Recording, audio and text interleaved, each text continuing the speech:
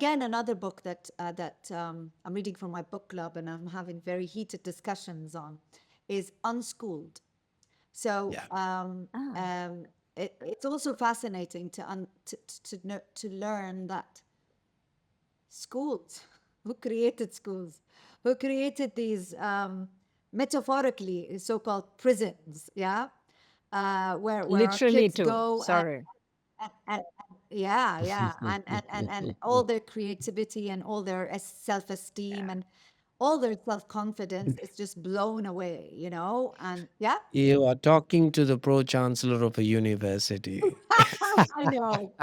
I know very well, but I hope your university has Sure, sure, some sure. elements to it that allows for freedom. Yeah. Sure. So we're expecting people to be living in this world conditioned through our schooling systems. No matter how liberal these schools are, they're still dictating and indoctrinating certain Sure, mindsets, right? sure. So and when you're talking about a husband being a separate entity, I'm telling you, your kids are a separate entity, even at an extremely low, younger, Sure, Absolutely. even sure. younger than middle school. Yeah.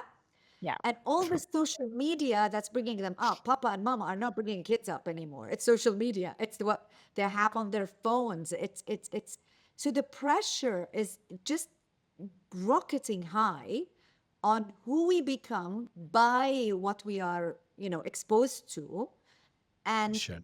and all this is proven by the level and the mental health, numbers, the mental health, mental illness numbers that have been Sure.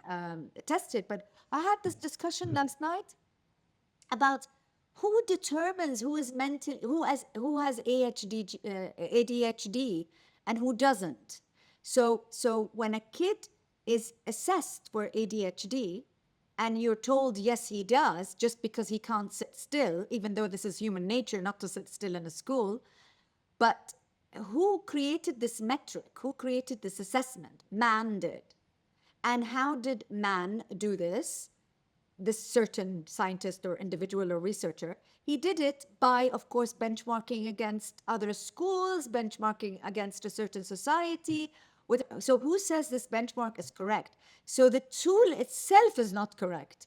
So we're bucketing people and we're categorizing people to be mentally ill or have some sort of anxiety disorder, because all kids are talking about now is, I have anxiety disorder. I have anxiety Sure. disorder. But Sure. who Sure. says you do? These assessments do. Now, who says these assessments are correct?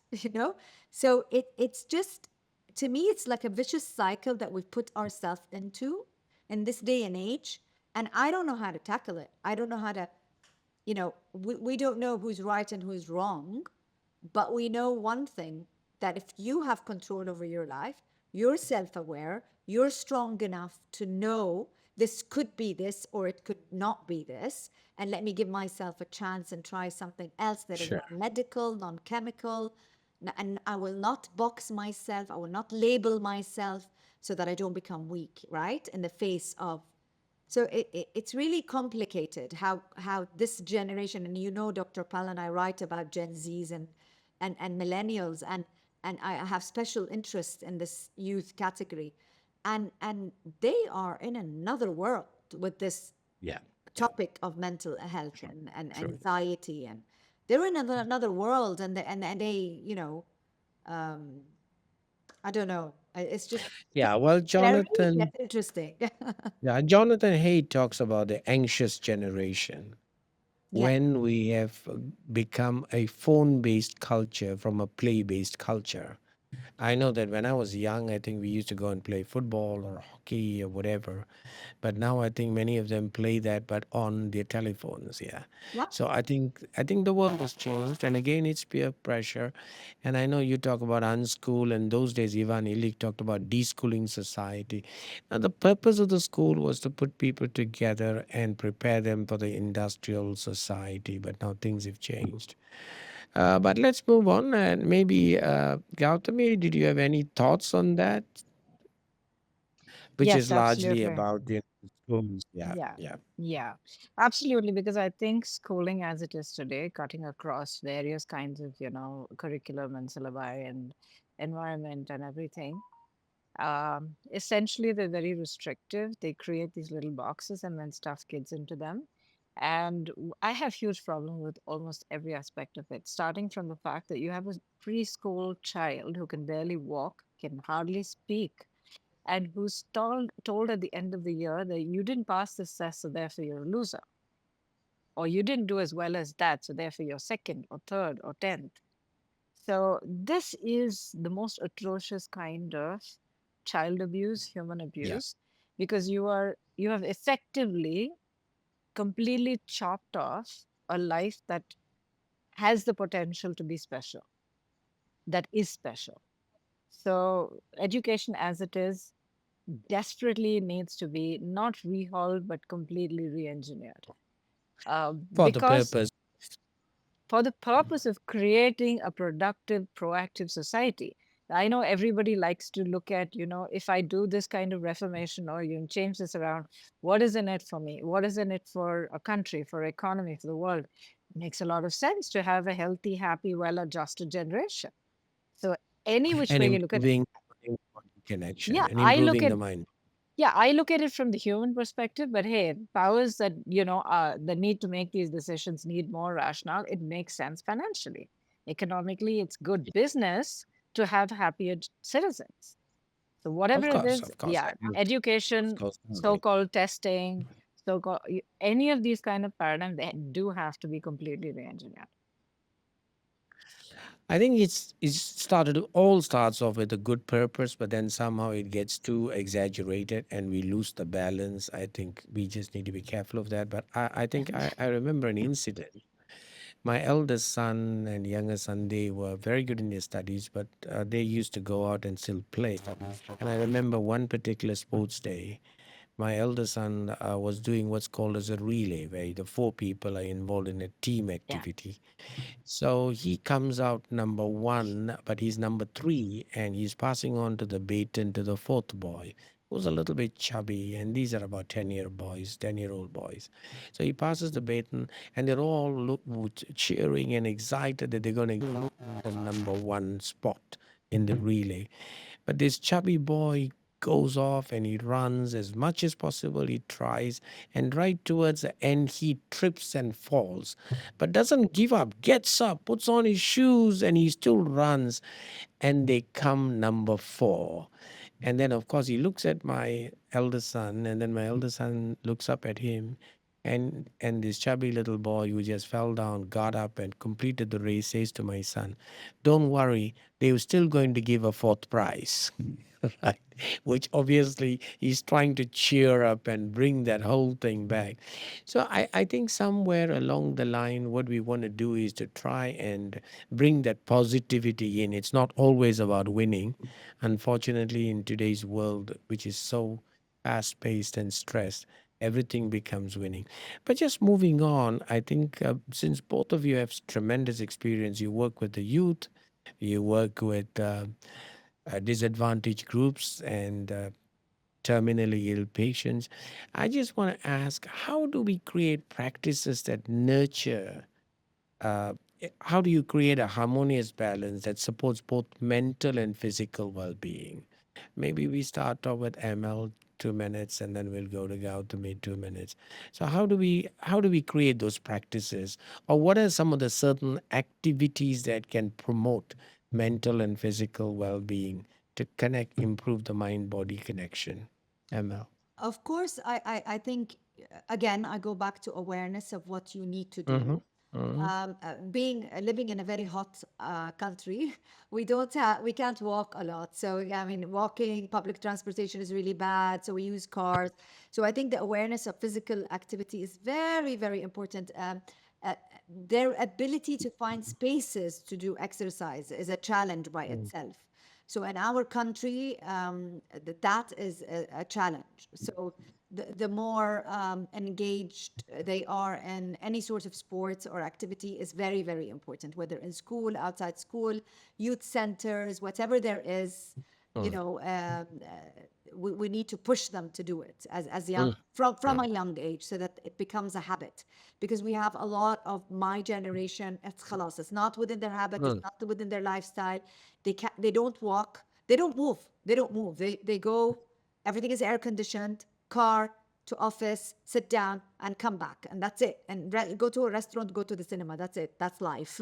mm, So mm. so from a young age, I think the responsibility of infusing some physical activity is very important, naturally, because we know about the body, the biological benefit of that.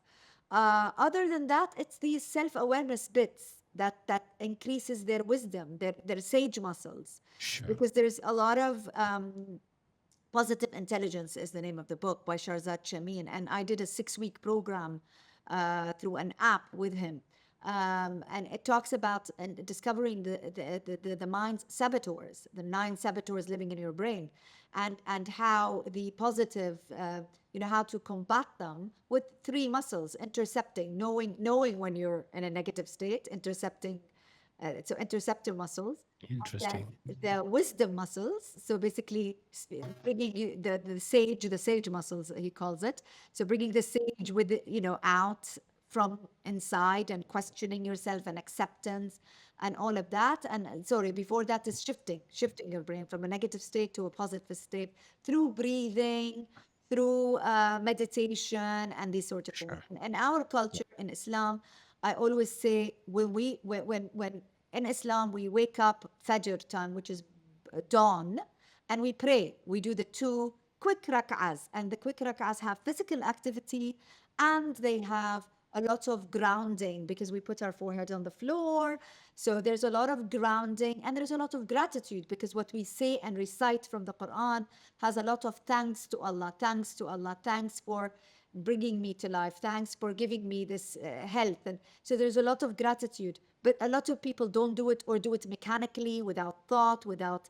So reminding them of these rituals. And I'm sure in every religion and every culture, Sure. so Yeah. many rituals that we can remind our kids and remind ourselves and our surroundings of how we have to live with gratitude, and volunteer work. And to me, I do it through volunteer work. I know the power of giving, and because I felt it, and whenever I'm stressed, I give, and that just soothes everything. And encouraging people to do voluntary work on a regular Sure. basis, on a formal Sure. basis, it will add a lot to their lives. And Sure. these are the techniques that I use.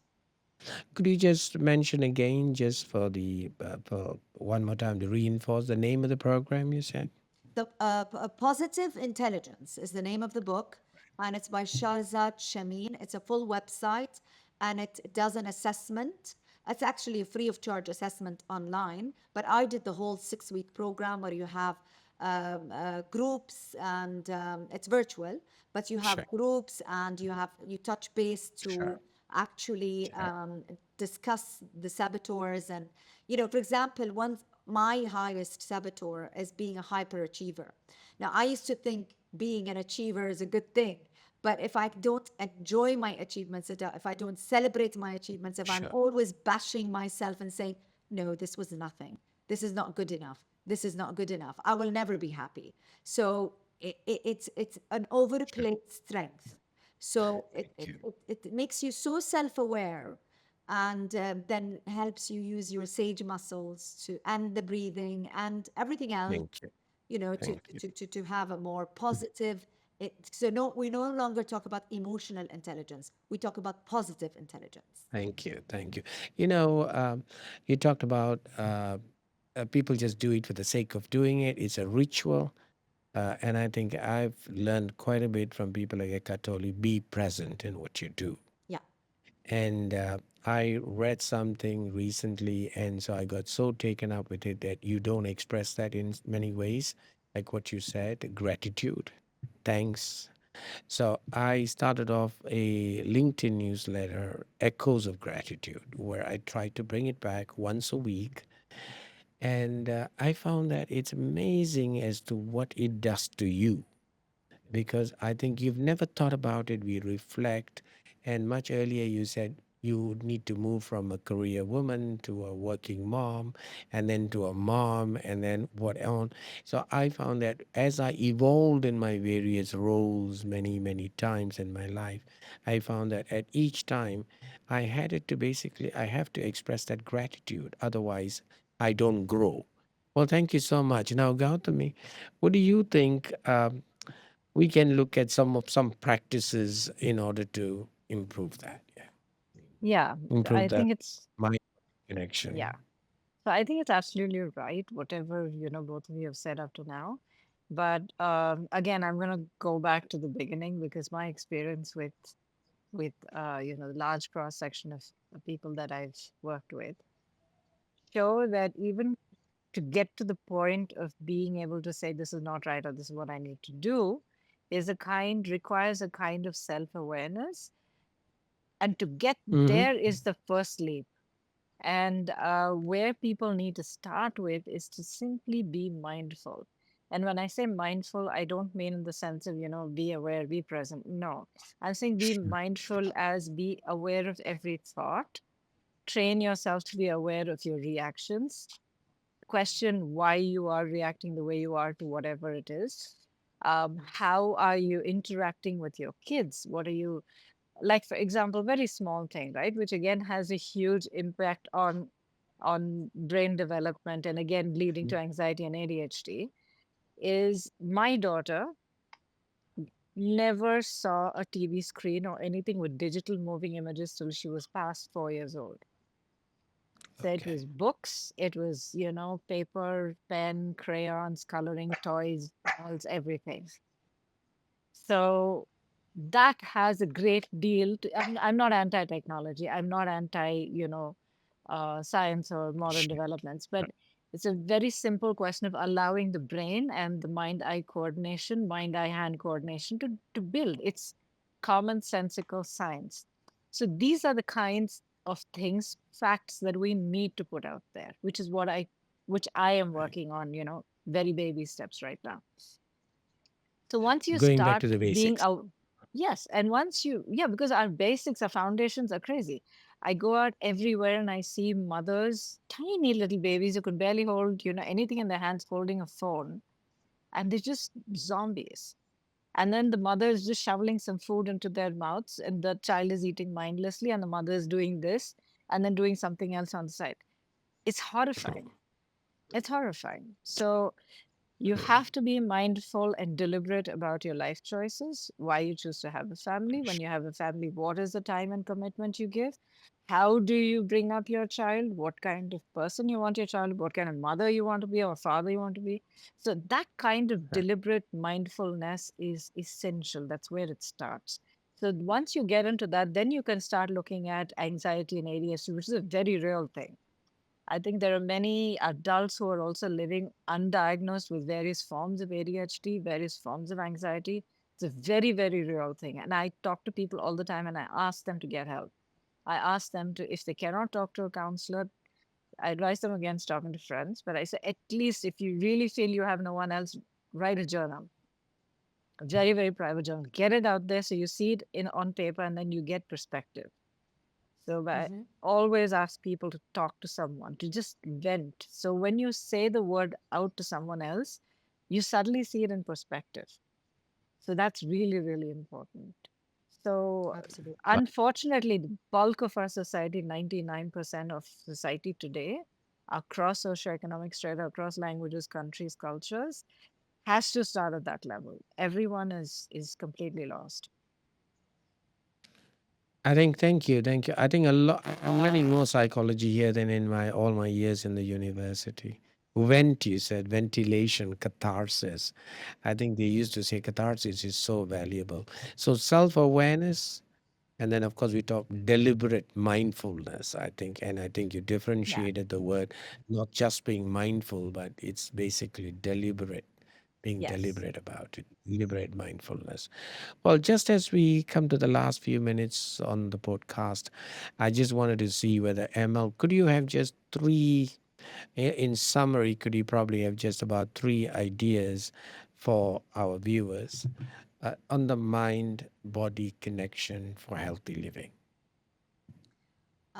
Again, I'll seem as if I'm repeating myself, but I think No, not at all. yeah, exert as much effort and time into knowing yourself. So Sure. self-awareness is number one. So knowing Find out your what are your sabotages. Yeah, that's what I learned today. saboteurs, triggers as well. And as Gautami mentioned, knowing what triggers and how your response is and what this response and analyzing, everything that you do. And if this response is not giving you the right, results, then I have to use another attitude or behavior. So basically, it's yes, it's the language, Self-aware. know the language of your mind and know the language of your body as well. So the body, it's the emotions, and the mind, it's the thoughts. So, and each one is affecting the other. So just self-awareness, and I will say self-awareness, and everything else. I will not give three tips. I will give one tip, magnitude of three, because it's so important. Because once you know that, then you can decide. And the rest is easy. The rest, what you do in terms of physical activity, meditation, or breathing, or whatever it is things, these are abundant tips out there that you can take on and plan your life. So live, like you said, with full deliberate mindfulness in order to do things, but that only comes after you absolutely know yourself and the perspective is very clear. You mentioned self-awareness, and you said self-awareness and self-awareness, but I think I'll just go and put it back and say self-awareness, to understand the language of your mind and understand the language of your body. Okay. And for a long time, I was somebody who said, well, I'm very busy with my career, I'm very busy with making money, I'm very busy with writing this, doing that, building a new business. And I put away exercise for a long time. But right now, every day, move my body for 1 hour. Swimming, gym, whatever you might mention it. So it's 1 hour gone. So probably sometimes people say, well, it's 1 hour away from work, but I say that's fine. I need to be alive to do the work. Yeah. And I Absolutely. think in Tamil they say, until you have a wall, you can't paint on it. Therefore, that's right. Thank you so much, Amal and Gautami. Three things that you would like our viewers to take away from today's podcast. Be aware of yourself, not just in who you are as a person or what you want or your strengths and weaknesses. I'm saying be aware of yourself as a human being. Learn to know yourself physically, be present in your own body. All of us have Yeah. so much going on, and a major part of what's going on is happening out there, in the cloud, technical cloud, Yeah. because everything is online. So your whole identity of the whole identity of who you are and how you are placed in the society and everything is all virtual. So we have to come back to grounding ourselves and knowing yourself within the extent of your body. Know what you look like, what you feel like, how you appear, what is your muscle tone, how do you stand. Be aware of yourself completely. And then you understand what are the things that do not feel right. Is it a body ache? Are your knees paining? Do your feet swell up? Do you have a headache? Do you have a rash? Do you feel, not rested? Do you feel restless? All of these kind of things. Do you feel anxious? So once you get aware of these, then you start figuring out what you do about that. So it does start with awareness at that level. And another thing I would like to say is that the two things that you can definitely do to get yourself on a track to wellness once you have mapped yourself out physically is take a really good hard look at what you're putting into your body, whether it's food, drink, any other kind of substances. Take a really hard look at it. Chances are we're all ingesting about 75% of things we should not or we do not need. Sure. So take that choice, take a really good hard look at that and make the right choices for yourself. And then you have to move. Exercising is a luxury I used to have one time in my life, regularly take time out, gym, yoga, whatever. I don't have that now because I have so many other things that I need to attend to. But I ensure that I stay fit by other things. There are lots of things that you can do say in a 5 by 5 space, you can do an aerobics routine. You can just free jumping up and down has been proven. Once you get off the ground and your body is suspended for that, you do this for 5 to 10 to 12 minutes. That has great rejuvenating effect on the body and your blood flow and everything. So just do a little bit of reading, less on trends and less on this, and then more on what all you can do for yourself. There's lots of things that Sure. you can actually implement into your day-to-day life, into your day-to-day thinking. And once you make Sure. the change in yourself, you will start pushing it down, everybody else's throat around you. So you don't have a choice but to collectively get well. Sure. Yeah. Thank you. So you talked about self-awareness, making sure you be aware of what you put into your body and make sure you move your body. And I just want to thank you so much. It has been such a learningful journey. And I also want to just recap a little bit about the work. I think Ms. Gautami Tadimalla has a foundation called the Life Again Foundation. I think you even have a chapter in Kuwait, I think, and it's about working on health issues. And Amal has written quite a bit on the youth, and she has a weekly newsletter or a monthly newsletter that goes across, and it's in English. And I would invite you to have a look at that as well. So, well, thank you so much for being here. It's been such a learningful journey and such a joyful journey. And we learned so much from you, and I hope our viewers do too. Thank you so much. Terima kasih. Thank you.